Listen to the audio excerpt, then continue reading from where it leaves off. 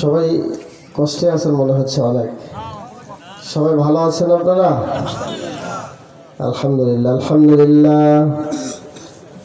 نحمده ونستعينه ونستغفره ونؤمن به ونتوكل عليه ونعوذ بالله من شرور أنفسنا ومن سيئات أعمالنا من يهده الله فلا مضل له ومن يضلل فلا هادي له وأشهد أن لا إله إلا الله وحده لا شريك له وأشهد أن محمدا عبده ورسوله صلى الله عليه وسلم الذي أرسله بالحق بشيرا ونذيرا وداعيا إلى الله بإذنه وسراجا منيرا. أما بعد فقد قال الله تبارك وتعالى في كلامه المجيد وفرقانه الحميد. أعوذ بالله من الشيطان الرجيم. بسم الله الرحمن الرحيم. إن الله لا يغفر أن يشرك به ويغفر ما دون ذلك لمن يشاء ومن يشرك بالله فقد ضل ضلالا بعيدا. سورة النساء. وقال النبي الأمين صلى الله عليه وسلم عن معاذ بن جبل رضي الله عنه قال قال رسول الله صلى الله عليه وسلم لا تشرك بالله شيئا قتلت أو حرقت أو كما قال عليه الصلاة والسلام. إن الله وملائكته يصلون على النبي يا أيها الذين آمنوا صلوا عليه وسلموا تسليما. اللهم صل على محمد وعلى آل محمد كما صليت على إبراهيم وعلى آل إبراهيم إنك حميد مجيد. اللهم بارك على محمد وعلى آل محمد كما باركت على إبراهيم وعلى آل إبراهيم إنك حميد مجيد. لا إله إلا الله بول আমার মন লা ইলাহা ইল্লাল্লাহ বল আমার মন। মতের সময় বুঝতে পারবি মন, মতের সময় বুঝতে পারিবি মন তাওহীদ কালিমার কত গুণ লা ইলাহা ইল্লাল্লাহু বল রে আমার মন লা ইলাহা ইল্লাল্লাহু বল রে আমার মন কবরে শুইলে বুঝতে পারিবি মন কবরে শুইলে বুঝতে পারিবি মন আবদুল যিকরের কত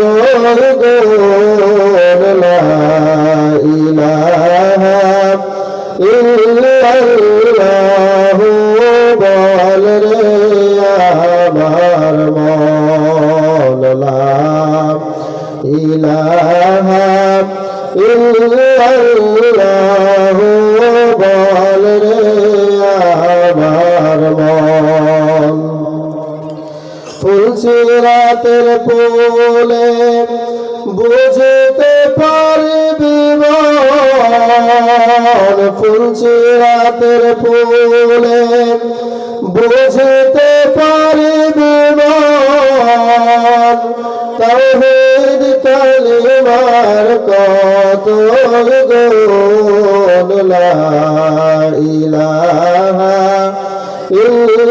ইল্লাল্লাহু বল রে আমার মন মিজানের পাল্লায় বুঝতে পারিবি মন মিজানের পাল্লায় বুঝতে পারিবি মন তাওহীদ কালিমার কত গুণ লা ইলাহা ইল্লাল্লাহু বল রে আমার মন লা ইলাহা ইল্লাল্লাহু বল রে আমার মন আলহামদুলিল্লাহ কুমিরাডাঙ্গা যুব সমাজের উদ্যোগে একটি স্থায়ী গোরস্থানের জমি ক্রয় উপলক্ষে প্রথম বার্ষিকী ওয়াজ মাহফিলের সম্মানিত সভাপতি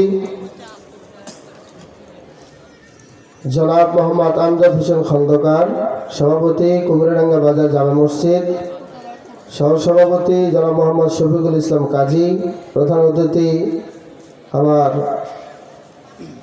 ভাই মহব্বতের ভাই মোহাম্মদ শাহ আলম আকন সহ আরো যারা উপস্থিত আছেন, আমরা সকলেই একমাত্র প্রশংসা করব কার বলেন তো? প্রশংসার একচ্ছত্র অধিপতি একমাত্র কে? আল্লাহ। আমরা সকলে একবার জোরে সোরে সমস্বরে শয়তানকে তাড়িয়ে দিয়ে জবান খুলে বলি আলহামদুলিল্লাহ। লাখো কোটি দরুদ ও সালাম নবী মুহাম্মদ রাসূলুল্লাহ সাল্লাল্লাহু আলাইহি ওয়াসাল্লামের প্রতি আমরা সকলে পড়ি সাল্লাল্লাহু আলাইহি ওয়াসাল্লাম। বাদাল হামদুলিল্লাহ। সম্মানিত উপস্থিতি, রাত অনেক গভীর হয়ে গিয়েছে, রাত 12টা বাজে। আমরা কিন্তু 20 তারিখের মাহফিল 21 তারিখে চলে গেছি। 21 তারিখে আমরা ঢুকে পড়েছি, কি বলেন ঠিক কিনা?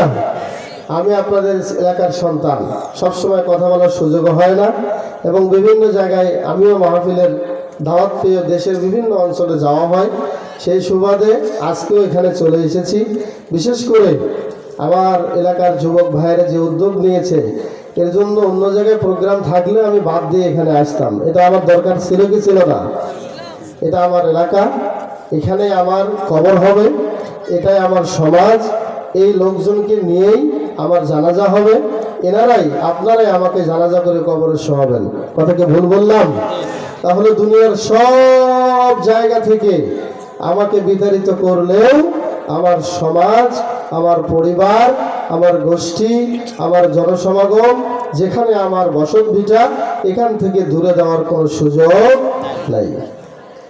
দেখবেন যে যেখানেই থাকুক সর্বশেষ তার স্থান, তার আশ্রয় এক জায়গায়, বাপের ভিটা। কথা বলেন ঠিক কিনা? সম্মানিত উপস্থিতি মা ও বোনেরা যারা আছেন, আপনারাও আলোচনা মন দিয়ে শুনবেন। আশা করি আপনাদের কিছু আলোচনা হবে। ভাঙ্গাচোরা কথা বা অগোছালো কথা আমি কোনোদিন বলিও না। আমি একটা বিষয়ের উপরে কথা বলবো বলে নিয়ত করেছি। যে বিষয়টি হলো, আল্লাহর নবী তার একজন সাহাবী মুআজ বিন জাবাল। এই সাহাবীর নাম শুনেছেন কেউ? মুআজ বিন জাবাল। ইনি কে জানেন? ইনি হবেন কাল কিয়ামতের মাঠে জান্নাতের সমস্ত আলেমদের সর্দার, সমস্ত আলেমদের লিডার হবেন কে? মুআজ বিন জাবাল। সুবহানাল্লাহ বললেন না?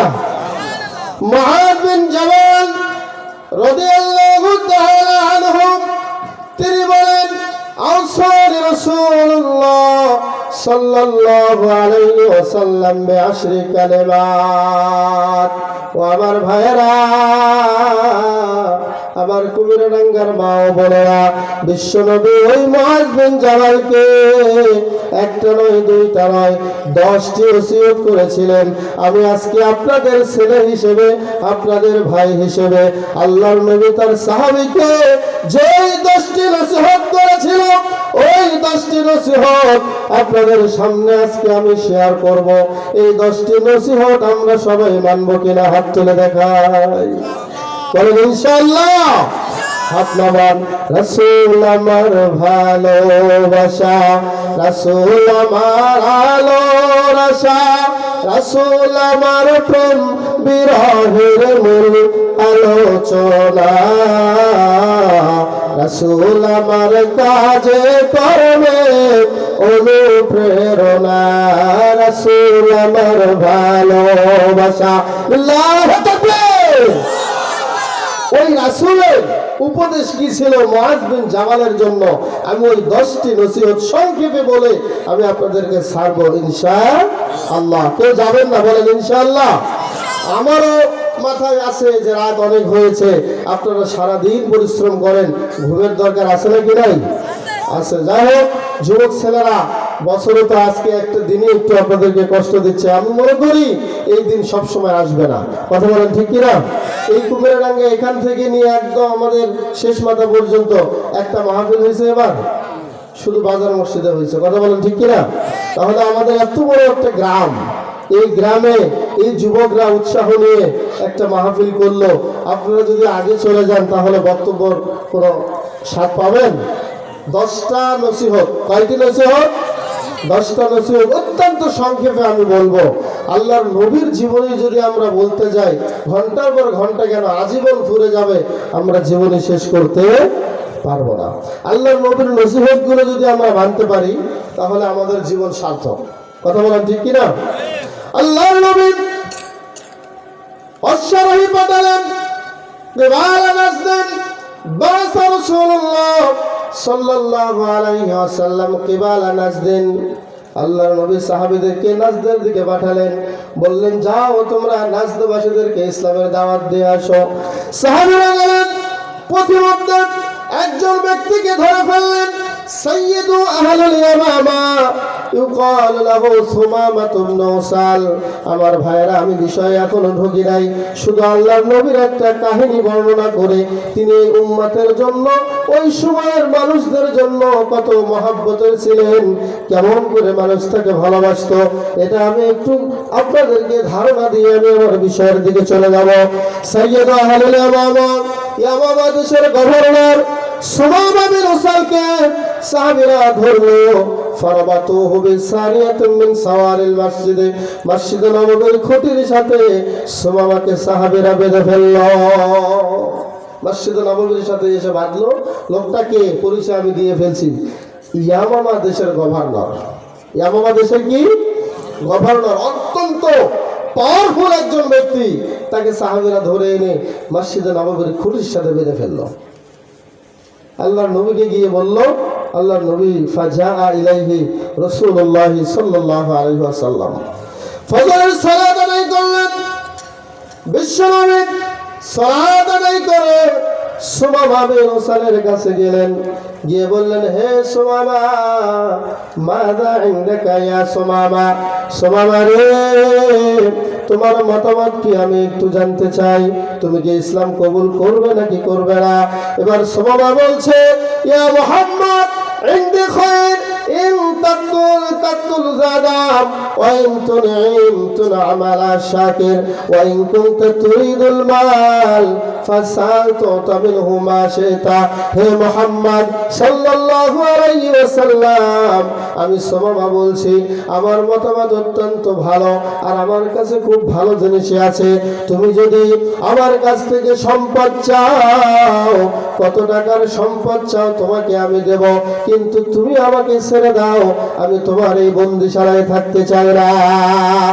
আর মনে রেখো, ওয়াইন তাকতুল যাদাম, মুহাম্মদ রে, তুমি যদি আমাকে হত্যা করো, তাহলে মনে রেখো, ইয়ামামা দেশের আমার প্রজারা তোমাকে ছাড়বে না, ইয়ামামা দেশের প্রজারাও তোমাকে হত্যা করতে আসবে। হে মুহাম্মদ, তুমি যা চাও, কত অর্থ চাও, যত অর্থ চাও আমি দেব, তারপরেও তুমি আমাকে আর কিছু বলো না, আমাকে ছেড়ে দাও। শেষে আর একটা কথা বললাম, হে মুহাম্মদ, ওয়াইন তুনঈম আলা শাকির, যদি তুমি আমাকে দয়া দেখাও, তাহলে এই দয়ার শুকরিয়া আদায় করা হবে। এই কথা বলবার পরে বিশ্বনবী প্রথম দিন তাকে কিছুই বললেন না, সাহাবীদেরকে বললেন, ওকে আদর করো, ওকে খাওয়া দাওয়া করাও, ওর সব কিছু তোমরা বন্দোবস্ত করো। প্রথম দিন তাকে কিছুই বললেন না। দ্বিতীয় দিন আবার সালাত শেষ হলো, সালাত শেষ করে আবার গেলেন, সুমামা আজকে কি বলো একটু জানতে চাই। সুমামা একই কথা বললেন, তুমি যা মনে করো, আমার কাছে ভালো জিনিস আছে, তুমি আমাকে হত্যা করলে, মনে করো তোমার খুনিকে তুমি হত্যা করলে, তুমি যদি আমাকে ছেড়ে দাও, তাহলে মনে করো তোমার এই নিয়ামত, তুমি যে দয়া দেখালে, এই দয়ার শুকরিয়া আদায় করা হবে। আর যদি তুমি সম্পদের মাধ্যমে আমাকে মুক্তি দিতে চাও, তাহলে কত সম্পদ লাগবে বলো, সম্পদ আমি আমাদেরকে তোমার হাতে দিয়ে মুক্তি হয়ে যাব। বিশ্বনবী দ্বিতীয় দিনে কিছু বললেন না, তাকে দ্বিতীয় দিনের জন্য আর কোনো প্রশ্ন করলেন না। আহারে দয়ার নবী, মায়ের নবী, শত্রুকে কাছে পেয়েও তিনি আঘাত করেন নাই, শত্রুকে হাতের নাগালে পেয়েও তিনি আঘাত করেন নাই। কিন্তু দুঃখজনক হলেও সত্য, আমরা একটু এনে 19-20 না হতেই আমরা একজন আরেকজনের উপরে অত্যাচারের স্টিম রোলার চালাইতে চাই, বলেন ঠিক না ঠিক? দুনিয়ার বুকে একটু 19-20 হলেই আমি একটি দল করি, আরেকজন আরেক দল করে, ওই দল কেন করবে? এই জন্য মারামারি আছে নাকি নাই? আল্লাহর নবীর থেকে শিক্ষা নিতে হবে, যে যে দলের হোক না কেন, যে যে মতের হোক না কেন, কারো মতের উপরে হস্তক্ষেপ করা যাবে না। আপনি এক মতে আছেন, সে আর এক মতে আছে, থাকুক, কিন্তু হট্টগোল করা যাবে না, ঐক্য আমাদের মাঝ থেকে নষ্ট করা যাবে না। কথা বলে ঠিক কিনা আমার ভাইরা? বিশ্বনবী দেখুন, তাকে মারলেন না, তাকে আঘাত করলেন না, তাকে কোনো বকাঝকাও দিলেন না। তৃতীয় দিন আবার আসলেন, আমি কিন্তু হাদিসের অনুবাদ বলছি, ঘটনা নয়। বিশ্বনবী তৃতীয়বার আসলেন, সহিহ বুখারীর বর্ণনা, বাবু হুকমুল উসারা, মিশকাতুল মাসাবির অধ্যায়ের নাম বলে দিলাম, যারা আলেম আছেন বুঝবেন। বাবু হুকমুল উসারা, বন্দীদের হুকুম কি, অধ্যায়ের মধ্যে হাদিসটি আছে। আমার ভাইরা, বিশ্বনবী তৃতীয় দিন আবার তার কাছে গেলেন, গিয়ে বললেন, সুমামা আজকে তুমি কি বলতে চাও, ইসলাম কবুল করবে কি করবে না? এবার সুমামাও একই জবাব দিল, ইন তাকতুল যাদাম, যদি হত্যা করো তাহলে বোনের তোমাকে হত্যা করা হবে। ওয়াইন তুনঈম আলা শাকির, যদি আমাকে দয়া দেখাও, দয়ার কৃতজ্ঞতা আদায় করা হবে।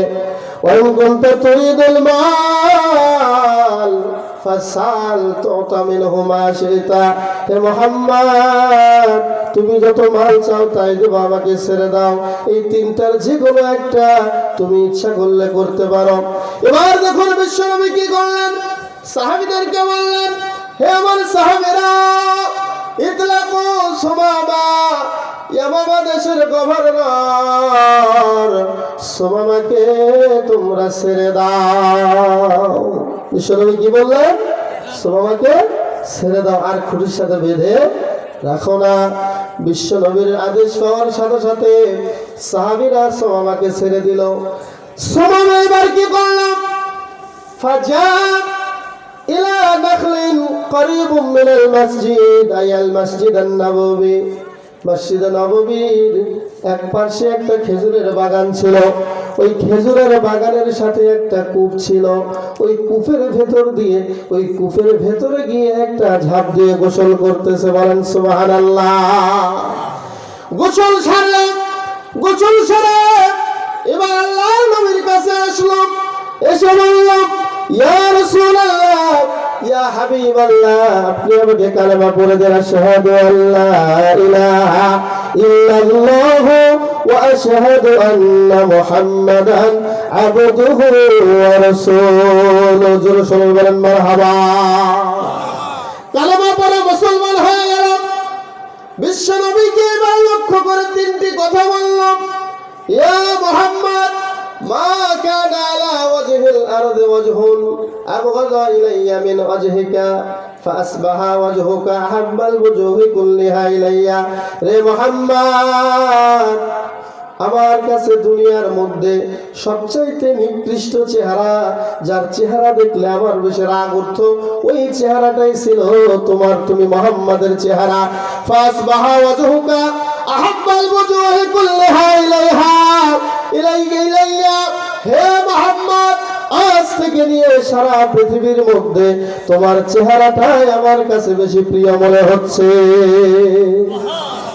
রাসূল আমার ভালোবাসা, ওই যে গজলটা বললাম, রাসূল আমার ভালোবাসা, রাসূল আমার প্রেম বিরহের মূল আলোচনা, রাসূল আমার কাজে কর্মে অনুপ্রেরণা। বলেন ঠিক না ঠিক? এবার ওই সাহাবী, এখন তো সাহাবী হয়ে গেলাম, আগে ছিল আল্লাহর নবীর দুশমন। বিশ্ব নবীকে বলল, সবার চেহারার চেয়ে আজকে তোমার চেহারা আমার কাছে ভালো মনে হচ্ছে। এতদিন শুনতাম তুমি নাকি একঘেয়েমি, তুমি শুধু আমাদেরকে বদদুয়া দাও, কিন্তু তোমার মানবতা দেখে আমি ইসলাম কবুল করে আর থাকতে পারলাম না। সুবহানাল্লাহ। দ্বিতীয় কথা বললেন, মা কানা আলা ওয়াজহিল আরদি দীনুন আবগাদা ইলাইয়া মিন দীনিকা। হে মুহাম্মদ, আপনার এই ধর্ম ইসলাম, আমি তো একজন ইহুদি, আমার ইহুদি ধর্মের চেয়ে আপনার ধর্মটা আমার কাছে বেশি ঘৃণার ছিল। আপনার ধর্মের কথা শুনলে আমার রাগ উঠতো। ফাসবাহা দীনুকা আহাব্বাদ দীনি কুল্লিহা ইলাইয়া। আজ থেকে নিয়ে আপনার ধর্ম, এই ইসলাম ধর্মটাই আমার কাছে বেশি প্রিয় হয়ে গেল। সুবহানাল্লাহ। তিন নম্বরে বললেন, মা কানা আলা ওয়াজহিল আরদি বিলাদুন আবগাদা ইলাইয়া মিন বিলাদিকা। হে মুহাম্মদ, আপনার এই মদিনা শহরটা আমার কাছে খুব ঘৃণার শহর ছিল। ফাসবাহা বিলাদুকা আহাব্বাল বিলাদি কুল্লিহা ইলাইয়া। হে মুহাম্মদ, আজ থেকে নিয়ে এই মদিনা শহরটা আমার কাছে বেশি প্রিয় হয়ে গেল। সুবহানাল্লাহ। এখন দেখুন, এই সাহাবীটা যাচ্ছেন, আল্লাহর নবীকে বলছেন, ইয়া রাসূলুল্লাহ, আমি তো উমরার ইচ্ছা করেছিলাম, আপনার সাহাবীরা তো আমাকে ধরে নিয়ে এসে খুঁটির সাথে বেঁধে ফেলেছে, আমি কি এখন উমরা করতে পারবো? তখন বিশ্বনবী বললেন, ঠিক আছে, তুমি উমরা করতে যাও। তিনি এবার ইয়ামামা থেকে, ইয়ামান হয়ে মক্কার মদিনার পাশ ঘেঁষে তিনি এবার যাচ্ছেন উমরা পালন করতে। তো ওই সময়ে ইয়ামামা দেশের যেই মূর্তি পূজারীরা আছে, খ্রিস্টানরা আছে, ইহুদিরা আছে, তারা বলতেছে, আজ সবাউতা ইয়া সুমামা, হে সুমামা, তুমি কি আর আমাদের সাথে মূর্তি পূজা করবে না? এই কথা বলার সাথে সাথেই সে রাগ হয়ে গিয়েছে, বলছে, লা, খবরদার, যেই কথা তোমরা বলেছ আর কোনদিন এমন কথা বলবে না।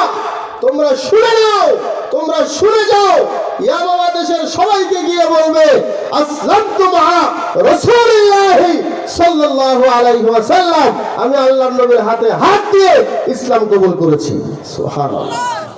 আর যদি কোনদিন বলো আমি মূর্তি পূজারী হয়ে গেছি, তাহলে শুনে রেখো, ইয়ামামা দেশের একটা গভর্নর হয়ে বলছি, তোমাদেরকে ইয়ামামা দেশের একটা ঘুমের দানাও খেতে দেব না।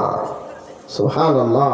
সম্মানিত উপস্থিতি, তাহলে সেই নবীর উম্মত আমরা, সেই নবীর কি আমরা উম্মত, আর সেই নবীর উম্মত হয়ে আমরা সেই নবীর মহব্বত জানতে পারি নাই, নবীকে মহব্বত করতে পারি নাই। নবীর মহব্বতের একটা আলামত হচ্ছে কি জানেন? মুখে দাড়ি রাখা। কি রাখা? মুখে দাড়ি রাখা। এটা কার কার আলামত? কাকে ভালোবাসার আলামত বলেন তো সবাই? নবীকে ভালোবাসা। দাড়ি কাটা দাড়ি চাচা সবে যে হারাম, দাড়ি কাটা দাড়ি চাচা সবে যে হারাম, কাটাও হারাম চাচাও হারাম। এই ফতোয়া কে দিয়েছেন? মুহাম্মদ রাসূলুল্লাহ সাল্লাল্লাহু আলাইহি ওয়াসাল্লাম। শুধু খাওয়া, ঘুষ খাওয়া, হিরোইন খাওয়া, ফেন্সিডিল খাওয়া বিলকুল হারাম। দাড়ি কাটা দাড়ি চাচা সবই যে হারাম। শুধু খাওয়া, ঘুষ খাওয়া এহো যে হারাম। সুদ খেয়ে ঘুষ খেয়ে জীবন করলি মাটি, কবরেতে গিয়া তুই কি জবাব দিবি? ঠিক না ঠিক? এখনো সময় আছে তওবা করে আসো ফিরে, এখনো সময় আছে তওবা করে আসো ফিরে। সময় আছে নাকি নাই? নইলে কিন্তু কবরেতে, নইলে কিন্তু আখিরাতে মুক্তি পাবে না। দাড়ি কাটা দাড়ি চাচা সবই যে হারাম। শুধু খাওয়া, ঘুষ খাওয়া এও যে হারাম।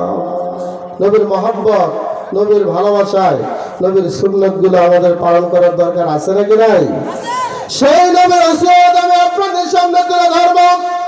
একটা নয়, দুইটা নয়, 10টা নসিহত সংক্ষেপে বলে যাবো ভাইরা আমার। মুআয বিন জাবালকে বিশ্বনবী প্রথম নসিহত করলেন, মনোযোগ দিয়ে শুনবেন। আমি আলোচনায় ঢুকে গেলাম। প্রথম নসিহত হলো বিশ্বনবী বলেছেন, হে মুআয লা তুশরিক বিল্লাহি শাইআন ওয়া ইউকতিলতা আও হুররিকতা। মুআয জীবনে যদি তোমাকে হত্যা করা হয়, তোমাকে যদি জ্বালিয়ে পুড়িয়ে ছাই করা হয়, হে মুআয হত্যা হয়ে যেও, জীবনে হত্যা হতে রাজি হয়ে যেও, আগুনে পুড়লেও তুমি তাতে রাজি হও। কিন্তু খবরদার একটা কাজ করবে না, সেটা হলো আল্লাহর সাথে শিরক করিও না। কথা বুঝাইতে পারলাম? 1 নম্বর আল্লাহর নবী মুআয বিন জাবালকে কি বললেন? হত্যা হলে হত্যা হয়েও, আগুনে পুড়লে ছাই হয়ে যেও, কিন্তু আল্লাহর সাথে শিরক করো না। কেন? শিরক কি করেছে? শিরকের এত সমস্যা কি? শিরক করলে কি হবে? শিরক কাকে বলে? এগুলো আমাদের জানার দরকার আছে নাকি নাই? আমার 70 বছর আমল করেছেন, 80 বছর আমল করেছেন, 50 বছর আমল করেছেন। এই 50 বছর পরে গিয়ে, 80 বছর পরে গিয়ে যদি শিরক করেন, শিরক করার সাথে সাথে 80 বছরের আমল আল্লাহ বরবাদ করে দেবেন। সুবহানাল্লাহ বললেন না? শিরক কি জিনিস? শিরক হলো মাজারে গিয়ে সাজদা দেওয়া। জোরে বলেন, মাজারে গিয়ে কি দেওয়া? মাজারে গিয়ে সাজদা দেওয়া। ওই যে শাহজালাল ইয়ামানি রাহমাতুল্লাহি আলাইহি একজন হক্কানি আলেম ছিলেন, বিশ্ববিখ্যাত একজন বিদ্বান ছিলেন, কিন্তু তাকে নিয়ে সিলেটে আজকে মাজারের ব্যবসা হয় নাকি হয় না? মাজারের ব্যবসা হয়। তারা বলে, কেউ ফেরে না খালি হাতে বাবার তোর দরবারেতে। বলেন নাউজুবিল্লাহ। বলার দরকার ছিল, কেউ ফেরে না খালি হাতে আল্লাহ তোমার দরবার হইতে। জোরে বলেন ঠিক না ঠিক? বাজারের বাবার কোনো ক্ষমতা নাই, বাজারের দরগার কোনো ক্ষমতা নাই আপনাকে কিছু দিবার। যার সন্তান হয় না, যার কোনো বংশধর নাই, তারা গিয়ে পশ্চিম গেলেও কোনো মাজারের কাছে, কোনো বাবার কাছে চাইলে কোনো বাবা আপনাকে কিছুই দিতে পারে না। কথা বলেন ঠিক কিনা? আরে ভাই, আপনার বাবা, আপনার মা, আপনার আপনাকে জন্ম দিয়েছে, আপনার বাবা মার যেমন কোনো ক্ষমতা ছিল না, আল্লাহ আপনাকে না দিলে, কথা বলেন ঠিক কিনা? আপনার স্ত্রীর গর্ভে একে একে 4টা মেয়ে সন্তান, মনে করতে হবে আপনার দোষ নাই, আপনার স্ত্রীরও দোষ নাই, এই মেয়ে সন্তান দেওয়ার মালিকও আল্লাহ, কথা বলেন ঠিক কিনা? অনেকে বলেন অনেক বাবার কাছে গিয়ে চাইলে নাকি পাওয়া যায়, বলেন নাউজুবিল্লাহ। কোন বাবা কেন, কোন পীর কেন, এমনকি স্বয়ং নবী পর্যন্ত কাউকে সন্তান দেওয়ার মালিক নয়, কথা বলেন ঠিক কিনা? সন্তান দেওয়ার মালিক একমাত্র কে? আল্লাহ পাক বলেছেন ইয়াহাবু লিমান ইয়াশাউ ইনাসা ওয়া ইয়াহাবু লিমান ইয়াশাউ যুকুর আও ইউযাওযিজুহুম যুকরানা ওয়া ইনাসা ওয়া ইয়াজআলু মান ইয়াশাউ আকীমা। আল্লাহ রাব্বুল আলামিন বলেন আমি যাকে ইচ্ছা তাকে ছেলে সন্তান দেই, যাকে ইচ্ছা তাকে মেয়ে সন্তান দেই, যাকে ইচ্ছা তাকে ছেলেও দেই মেয়েও দেই, যাকে ইচ্ছা ছেলেও দেই না মেয়েও দেই না, এই ক্ষমতা একমাত্র আল্লাহর, কথা বলেন ঠিক কিনা? আমি আপনাদেরকে একটা প্রশ্ন করি, সন্তান যদি বাবারাই দিতে পারতো তাহলে ছাগলকে সন্তান দেয় কে? ভেড়াকে সন্তান দেয় কে? গরুকে সন্তান দেয় কে? কথা কি বুঝতে পারছেন? আবার কোন গরু, কোন গাভী, কোন প্রক্রিয়া, কোন ভেড়া কয়দিন মাজারের পাশে গিয়ে সাজদা করলো? বলেন নাউজুবিল্লাহ। তাহলে যে আল্লাহ গরুকে 24 জন্তুকে বাবার মাজারে গিয়ে সাজদা না করার কারণে সন্তান দিতে পারে, ওই আল্লাহ কি আপনাকে আমাকে দিতে পারে না? ভেড়া আমার, এগুলো হচ্ছে শিরক। বাবার কাছে সন্তান চাওয়া, এই যে অনেকে তাবিজ ঝুলায় না, তাবিজ ঝুলায় এই বগলে, হাতে, পায়ে তাবিজ ঝুলানো স্পষ্ট শিরক। যদি কেউ জিনকে তাড়ানোর জন্য, যদি কেউ মনে করে জিন আমার ঘরে আসবে না এই জন্য তাবিজ ঝুলাই, আমি লিখে দিলাম ওই ঘরে আরো বেশি জিন আসবে। যদি কারো জিনের আচর থাকে, আমি যদি আসি কখনো আপনাদের ওই সময় ওই মুহূর্তে কাউকে জিন ধরেছে, আমাকে একটু কষ্ট করে ডাক দিবেন, জিনের 14 গোষ্ঠীকে আমি সারা দেশ সারা করবো ইনশাআল্লাহ। আল্লাহর কোরআনের উপরে কিছু নাই, কথা বুঝতে পারছেন? আবার আল্লাহর কোরআন যেখানে আছে সেখানে তাবিজ কেন